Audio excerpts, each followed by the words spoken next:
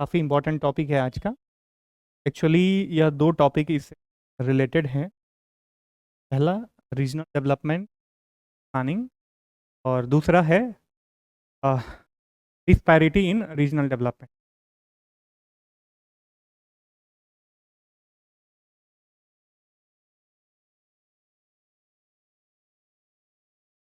काफ़ी इम्पोर्टेंट है। हाल ही में एक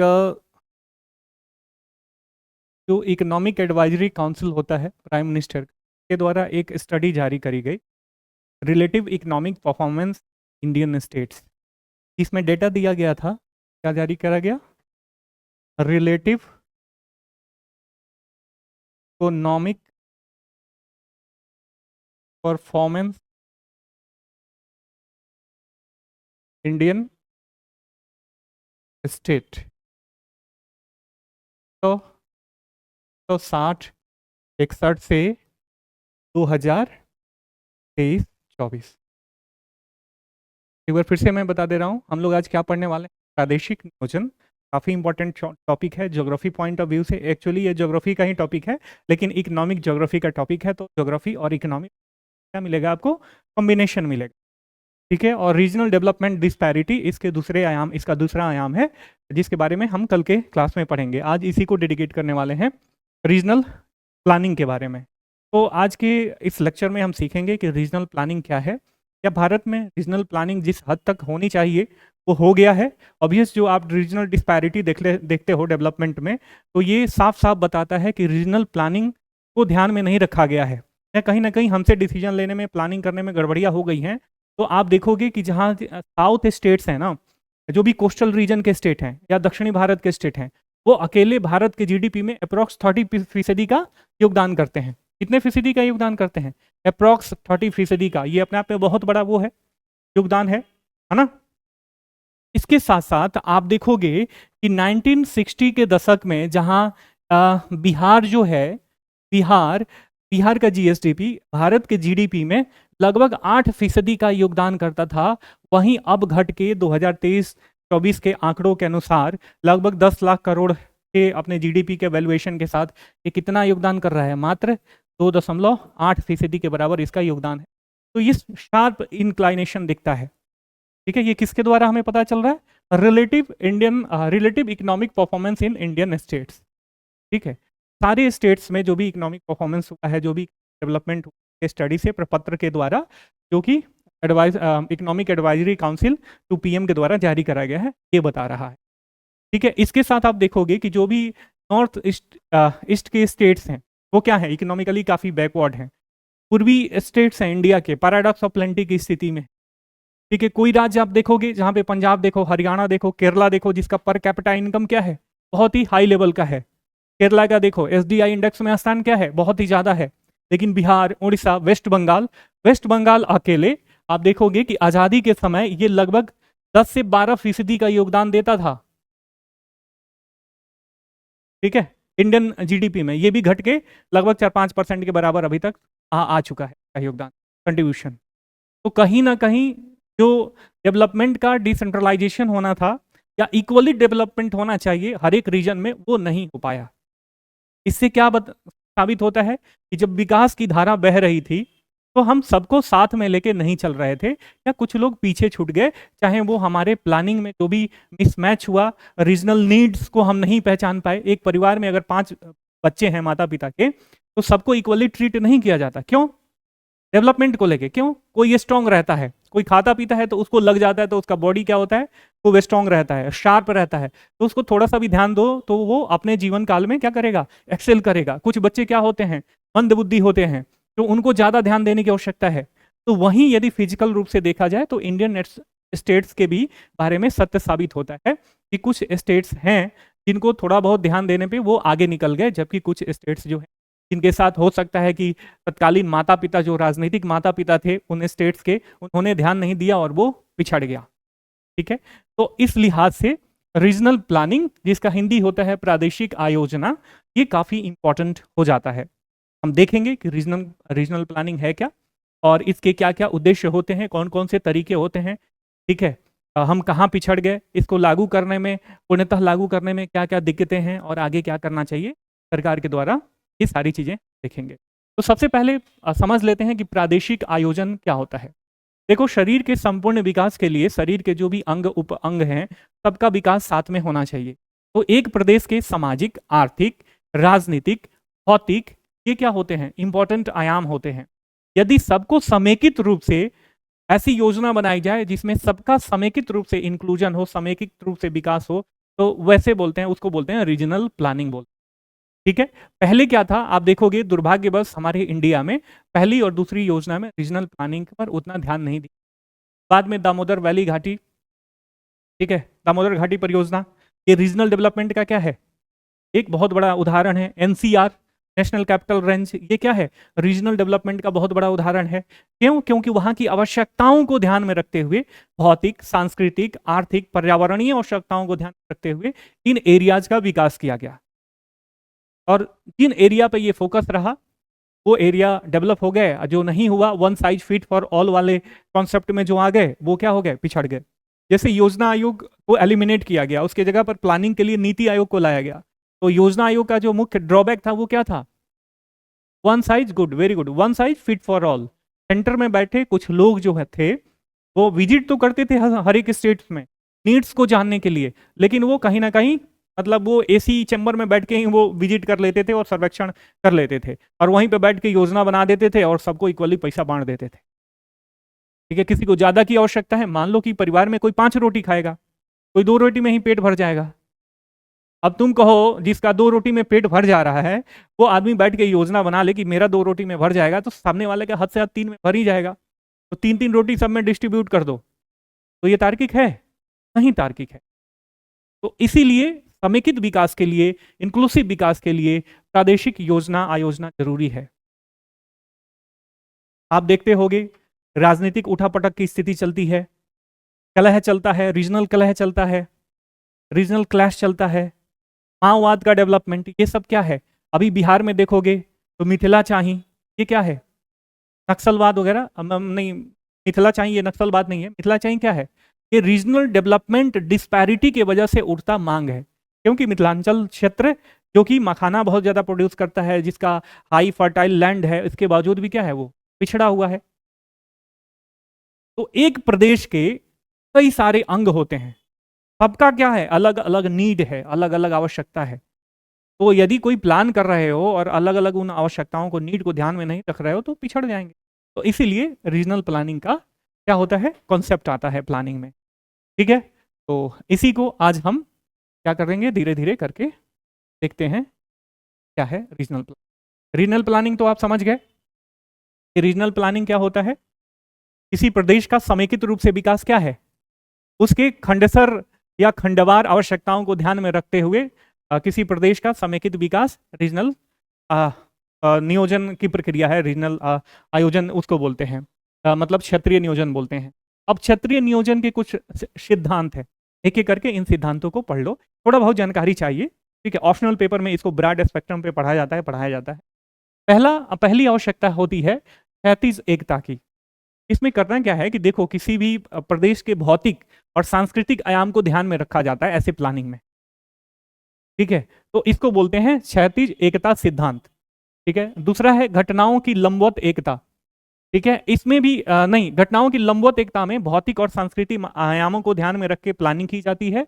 और क्षैतिज एकता में, जैसे मैं बता रहा हूं हमेशा, कि किसी भी क्षेत्र के जो भी अलग अलग सेक्टर हैं, जिनकी अलग अलग आवश्यकताएं हैं, तो सबको समेकित रूप से ध्यान में रखा जाता है ऐसे सिद्धांत को जब पालन करते हैं तो। ठीक है, कि चलो इस एरिया के लिए, मान लो मिथिलांचल एरिया है, तो मिथिला या नॉर्थ बिहार है, तो नॉर्थ बिहार में खंड सा, मतलब कई सारे खंड हैं, बटे हुए हैं। पूर्वी बिहार हो गया, नॉर्थ बिहार को यदि बांटो तो पूर्वी बिहार हो गया, पश्चिमी बिहार हो गया, बीच का मिडिल बिहार हो गया, जो कोर मिथिलांचल का एरिया है। ठीक है, तो मान लो इसको 3 खंडों में बांट दोगे, तो तीनों खंड की क्या है, अलग अलग, मान लो ये बिहार है, ठीक है, ये साउथ बिहार है, ये गंगा इनको नीचे काटती है, तो ये देखो ये पूरा हिली एरिया है यहाँ पे, है ना। मिथिलांचल पूरा मतलब नदियों की पेटी से भरा पड़ा है, ये भी, यहाँ भी नदियां हैं, लेकिन ये क्या है, बंगाल से अटैच है। तो तीनों खंडों का क्या है, अलग अलग आवश्यकता है। तीनों को समेकित रूप से उनकी आवश्यकताओं को पहचान करके प्लानिंग करना क्या कहलाता है, घटनाओं की लंबवत एकता सिद्धांत कहलाता है। इसके साथ दीर्घकाल सांतत्यक सिद्धांत, सोसाइटी क्या होती है, इवॉल्व होती रहती है।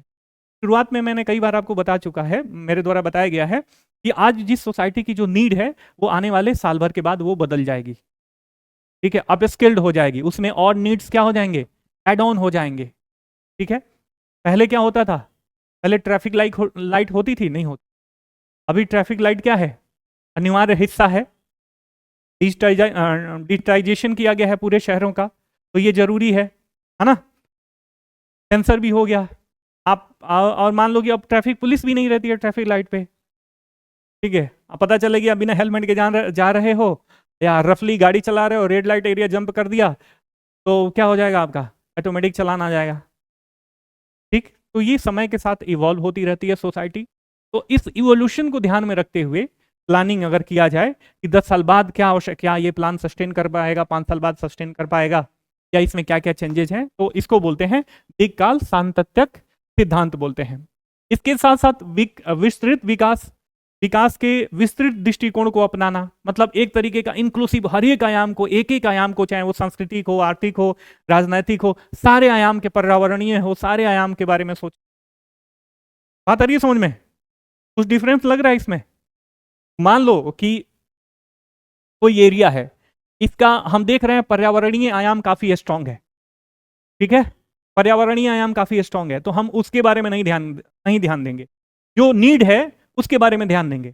लेकिन हम ये देखें कि नहीं, ये जो पर्यावरणीय आयाम है, सांस्कृतिक आयाम है, राजनीतिक आयाम है, भौतिक आयाम है, सारे नीड्स को एक साथ हम देखेंगे, चाहे नीड हो या ना हो।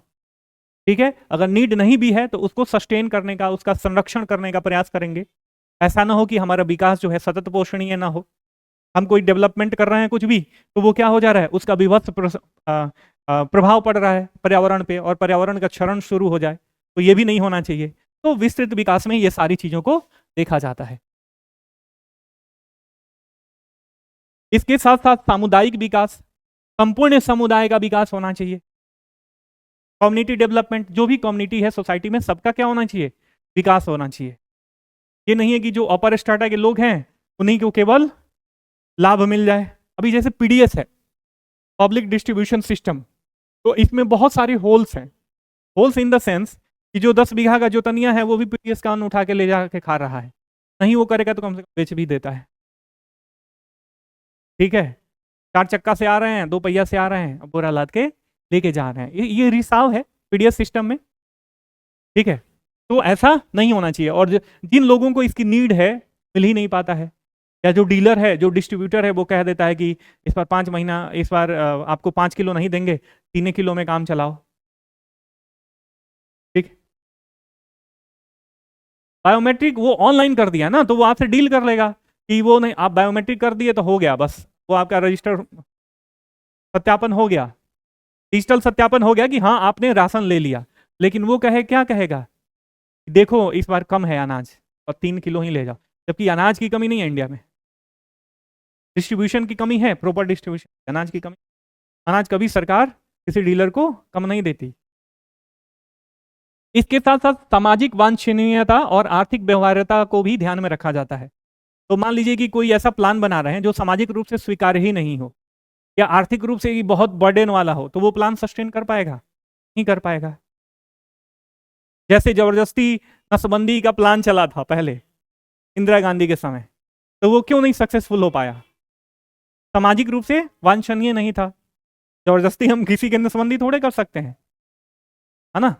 जागरूकता पैदा करके, लोगों को एजुकेट करके, हाँ कि कम बच्चे पैदा करो, नहीं तो हमारे ऊपर क्या होगा, आने वाले समय में बर्डन बढ़ जाएगा। तो जनसंख्या का भार, तब भारत तो अभी हो ही रहा है। एक दूरदर्शी अप्रोच था, लेकिन उसको उसका इम्प्लीमेंटेशन करने के लिए जो प्लान बनाया गया, वो प्लान क्या था, वांछनीय नहीं था, सामाजिक रूप से स्वीकार्य नहीं था। तो कोई भी प्लान बनता है तो वो सामाजिक रूप से और आर्थिक रूप से भी वांछनीय होना चाहिए। इसके साथ साथ पारिस्थितिकी संतुलन को भी ध्यान में रखा जाता है, ताकि संतुलित विकास हो, संपोषणीय विकास हो। ठीक है, बात है समझ में। तो ये कुछ सिद्धांत होते हैं, और सिद्धांतों का नाम उन्हीं चीजों पे पड़ गया जिसको ध्यान में रख के इन प्लानिंग की जाती है। ठीक है, ऐसे कोई हार्ड एंड फास्ट थिंकर्स वाला यहाँ पे कोई फिलोसफी नहीं है, नॉर्मल डिसीजन मेकिंग। और you are preparing for IAS और स्टेट पीसीएस एग्जामिनेशन आपके लिए काफ़ी ज़्यादा महत्वपूर्ण है। रीजनल प्लानिंग में आपका सहयोग लिया जाता है, तो आपको रीजनल प्लानिंग आनी चाहिए। रीजनल डेवलपमेंट डिस्पैरिटी क्या होती है, क्यों होती है, किस वजह से होती है, इसको मिटिगेट करने के लिए सरकार क्या कर रही है, हमें क्या करना चाहिए, ये सब होना चाहिए। तो ये सारी घटनाओं को जब आप क्लास में पढ़ के और अपने सर से जाओगे तभी तो आपको पता चलेगा। हालांकि उस समय वो दिलाया जाता है, मतलब आपको ट्रेनिंग और ट्रेनिंग दी जाती है, बट पहले से तो कॉन्सेप्ट आएगा तभी तो ट्रेनिंग में आप टॉप करोगे। अरे भैया, ये तो हमको मालूम है। हर कोई खाली रट्टा मार के पास कर गया हो, उसको क्या समझ में आएगा। ठीक है, तो ये सिद्धांत होते हैं क्षेत्रीय नियोजन के। अब उद्देश्य क्या है, किस उद्देश्य से किया जाता है? पहला, शहरी और ग्रामीण विकास हो, है ना। शहरी विकास भी, साफ सुथरी विकास हो, इंक्लूसिव विकास हो, सबका ध्यान रखा जाए। पता चले उलूल जुलूल तरीके से रोड बन गया और दिन भर ट्रैफिक के जाम लग रहा है। पटना में क्या है, प्रॉपर प्लानिंग करके डेवलपमेंट किया गया है? नहीं किया गया है। पटना की गलियों में देखो, 7 की इंटेंसिटी के साथ यदि भूकंप आ जाए तो लगभग 0.5% लोग बचेंगे यहाँ पे। क्यों? इतनी संकरी गलियां, इतनी गलियां हैं 5 फुट की, और 10 फुट की बाई चांस ही गलियां मिलेंगी तुम्हें। 5-5 फुट की, 7-7 फुट की गलियां हैं, उसमें भी रोड लोग क्या करते हैं, नीचे तो सीढ़ी निकाल लेंगे, जैसे ऊपर जाएंगे एक छज्जा और बाहर निकाल लेंगे। और आमने सामने अगर दोस्त रहते हो, उसने कुछ बनाया तो आदान प्रदान ऊपर ऊपर ही किया जा सकता है, घर जाने की आवश्यकता नहीं। तो क्या है, एक तो प्रशासनिक अपेक्षाओं की वजह से ये सारी चीजें बनी हैं, प्रॉपर इसका स्क्रूटनी नहीं किया गया है, प्रॉपर प्लानिंग के द्वारा डेवलपमेंट नहीं किया गया है, तो इसका कारण है। इसी वजह से ये नुकसान उठाना पड़ सकता है बिहार को। और इतना पतला पतला 5 फीट की दीवार है, एक ईंट ऐसे खड़ा कर दिए हैं और उसमें एल्युमिनियम की वो लगाएंगे, खिड़की एल्युमिनियम का लगाएंगे कि एक मुक्का मारो तो बाहर चला जाता है। रिस्की है ना ये। तो डेवलपमेंट क्या किया गया है, ढंग से नहीं किया गया है। तो शहरी और ग्रामीण विकास का समन्वित विकास हो, इसकी वजह से रीजनल प्लानिंग जो है इंपॉर्टेंट है। इसके साथ साथ औद्योगिकरण का डिसेंट्रलाइजेशन हो। अब आपने देखा हो, देखिए औद्योगिकरण से तो लाभ होता है, रोजगार जनरेशन होता है, क्षेत्रीय डेवलपमेंट होता है, लेकिन क्षेत्रीय डेवलपमेंट भी एक हद तक आप कर पाते हो। जैसे नोएडा क्या है, औद्योगिक रूप से बहुत ही ज़्यादा इंडस्ट्रियलाइज्ड है। तो आप नोएडा में जाओगे तो वहाँ के आसपास का जो एरिया है वो भी क्या है, नोएडा अथॉरिटी बनने से पहले जो लोग विकसित हो गए, या कुछ ऐसे एरियाज हैं जो मतलब अनप्लान्ड रूप से डेवलप होते हैं, पटना जैसा भी उनका ही हाल है। हरोला चले जाओ, हरोला एक नोएडा में बहुत, सेक्टर 2 के पास बहुत मतलब ऐसे जगह है, पूरा बिहारियों से और यूपी वालों से, पूर्वी यूपी वालों से भरा पड़ा है। पश्चिमी यूपी का ही पार्ट है, नोएडा है, उत्तर प्रदेश। ठीक है, तो वो हरोला में जाओगे तो बदबू आएगी उनकी गलियों में। एक एक रूम में 5-5 बिहारी लोग क्या है वहां पे रह रहे हैं, ना हवा जा रही है, ना सूरज की रोशनी मिल रही है, बस ही जी रहे हैं। ये क्या है, प्रॉपर रूप से प्लान नहीं किया गया। और इंडस्ट्रियलाइजेशन का डिसेंट्रलाइजेशन नहीं किया गया। एक ही जगह पर इंडस्ट्री लगा दो, बिहार बंगाल और पता चले उड़ीसा उड़ीसा ये सब का है, वैसे ही मरे पड़े हैं के पास इंडस्ट्री नहीं। बात आ रही समझ में। तो इंडस्ट्री का भी डिसेंट्रलाइजेशन होना चाहिए।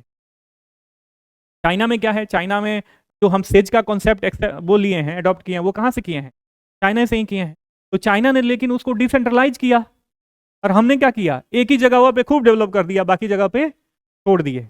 अब चूंकि गांव के इलाकों में या मतलब पिछड़े इलाकों में यहाँ पे क्या है, उस तरीके की सुविधाएं नहीं है, रोजगार की संभावनाएं नहीं है, एजुकेशन के लिए प्रॉपर व्यवस्था नहीं है, हेल्थ के लिए प्रॉपर व्यवस्था नहीं है।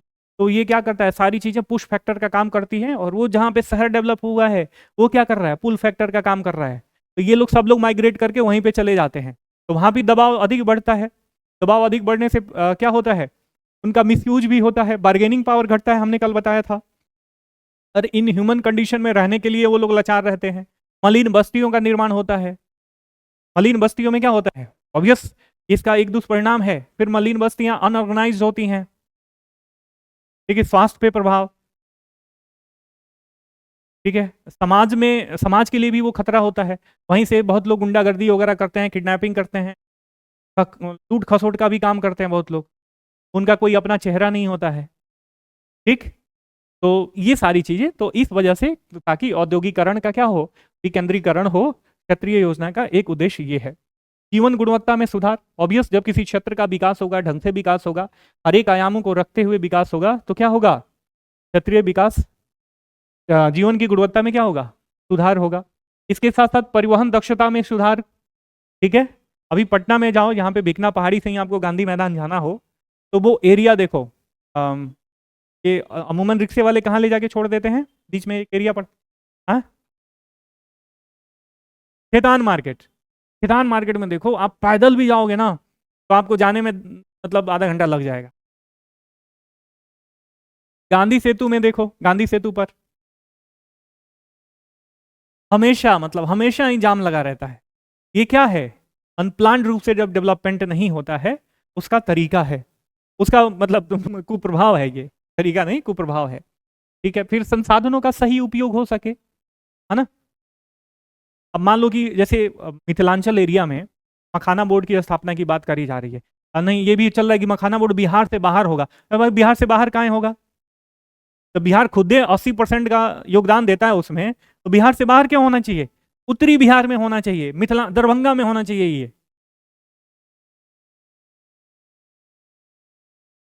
ठीक है, अब जाके मतलब अब पता चले कि वहां पे लोग उपजा रहे हैं और कोई शिकायत हो, कोई कुछ हो, तो पता चले कि है नहीं है, वो है नोएडा में बैठे हैं। हाँ, उत्पादन में बिहार एक पे है, यहाँ से वहाँ, हाँ, यहीं से बहुत लोग खरीद के ले जाते हैं उसको, मतलब पैकिंग वोकिंग करके एक इंडस्ट्री का नाम देने के लिए वहां से हो जाता है, तो वहां से सप्लाई। ठीक है, और ओवरऑल संतुलित विकास हो, इसीलिए प्रादेशिक योजना को क्षेत्रीय योजना को ध्यान में रखा जाता है, और यही इसका क्या है? उद्देश्य है। ठीक, आता कि समझ में? अब देखिए रीजनल प्लानिंग के लिए क्या करी गई है। रीजनल प्लानिंग के लिए है ना, इस साल के केंद्रीय बजट में 11,500 करोड़ रुपए का एलोकेशन, एलोकेशन क्या करा गया है? कोशी रीजन को करा गया है, दिया गया है, ताकि इसका रीजनल डेवलपमेंट हो, जो कोशी का कुप्रभाव है उससे लोग बच सकें। इसके साथ साथ पंचवर्षीय योजनाएं, द्वितीय पंचवर्षीय योजनाएं से बहुत सारी चीजें कर।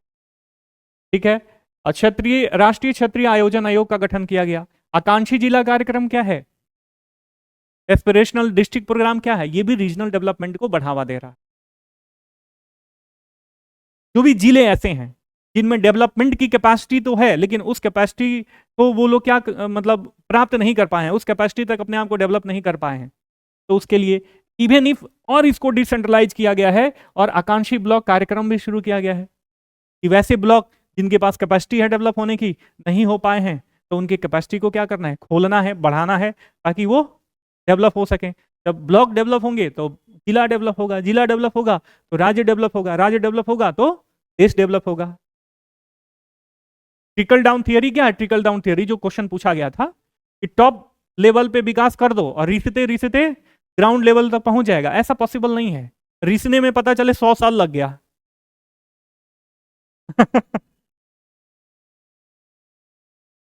ठीक है, तो ऐसा नहीं होना चाहिए। पूरा वर्टिकल और हॉरिजेंटल इंटीग्रेशन के साथ जो भी आवश्यकताएं हैं, सारी आवश्यकताओं को ध्यान में रखते हुए हमें प्लानिंग करनी चाहिए। ये प्लानिंग ही मेन प्रोसेस है भाई। पैसा एलोकेट कर देना कोई बहुत बड़ा कार्य नहीं है। उस पैसे को खर्चा कहाँ कहाँ किया जाएगा, किस मद में खर्चा किया जाएगा, ये पता ही नहीं है। उल्लूल जुलूल जगहों पे खर्चा हो जाएगा, आधा नेताजी के पॉकेट में जाएगा, आधा कलेक्टर साहब के, आधा बीडीओ साहब के, जो बचा खुचा रहेगा मुखिया जी के, जो बचा खुचा रहेगा वार्ड सदस्य के, और जो भी उससे भी बचा खुचा रहेगा उनके चमचों के हाथ में, चला बात खत्म। ठीक है, इसके साथ साथ वोकल फॉर लोकल, ये बहुत बड़ा इनिशिएटिव है ना। बहुत बहुत सारे जो भी रीजनल, जैसे कमांड डेवलपमेंट एरिया जो विकसित किया गया, डेजर्ट को विकसित करने के लिए सारी चीजें करी गई, ये सब क्या है? ये रीजनल डेवलपमेंट को ही डेडिकेटेड है। Border area area development program आपने सुना होगा, हाल फिलहाल में बहुत चर्चा में है। पूरे बॉर्डर एरिया को से लगे जो गांव हैं सब तक रोड पहुंचाना, हर एक सुविधाओं को पहुंचाना, ये क्या है? रीजनल डेवलपमेंट के लिए भी इंपॉर्टेंट है। और इन मतलब इंटरनेशनल रिलेशन की दृष्टि से देखो तो सुरक्षा की दृष्टि ये क्या है? डिफेंस की दृष्टि से देखोगे तो भी ये आवश्यक है। ठीक है, जरूरी है, ताकि वहां तक क्या हो? आसान से पहुंच हो सैनिकों का, डिफेंस का। सैनिकों को कोई आवश्यकता पड़े तो परिवहन के द्वारा वहां तक आसानी से पहुंचा जा सके। इसके हाँ, इसके साथ पूर्वोदय योजना, ये भी क्या है, जो भी पूर्वी स्टेट हैं सबको क्या करना है, सबका उत्थान करना है, पिछड़े हुए हैं। इस बार भी पूर्वोदय योजना को लेके काफी ज्यादा बात हो रही।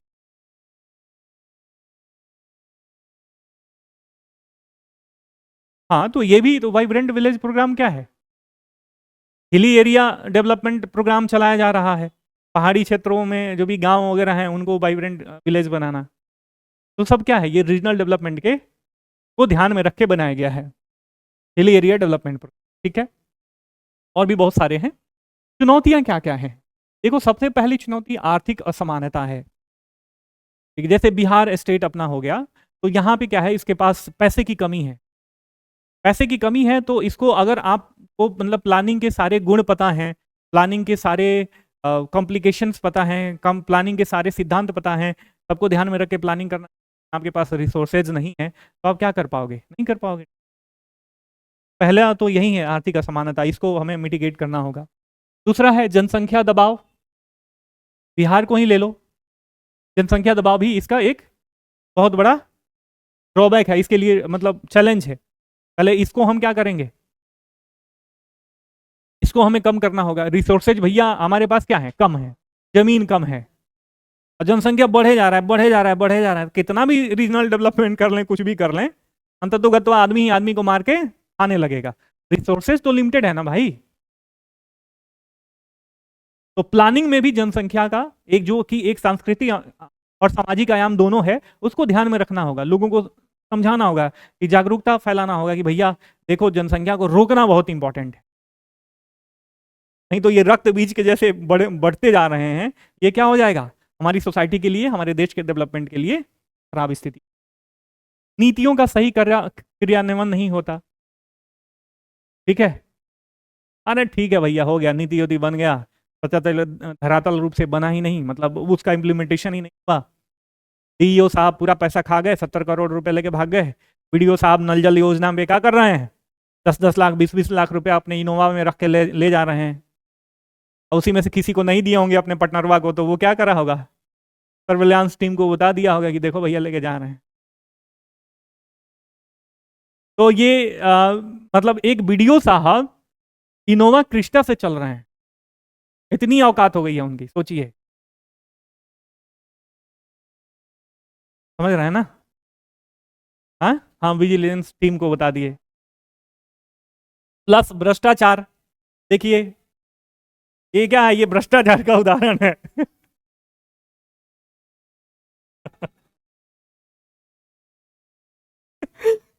नहीं, इसको अन्यथा मत लीजिएगा। कहने का तात्पर्य क्या है कि लोग पूरा पैसा गटक जाते हैं और फिर पेट पे हाथ सहला लेते। ठीक, जागरूकता का भी अभाव है, लोग अपने अधिकारों के प्रति जागरूक नहीं है ना। नहीं तो एक वीडियो की इतनी हिम्मत हो गई कि तुम्हें डांट के भगा दे, अपने अधिकारों के बारे में पता ही नहीं, एडुकेटेड ही नहीं है। मुखिया क्या है, एक जनप्रतिनिधि है, एक सशक्त मुखिया हो तो कलेक्टर से भी नहीं डरेगा।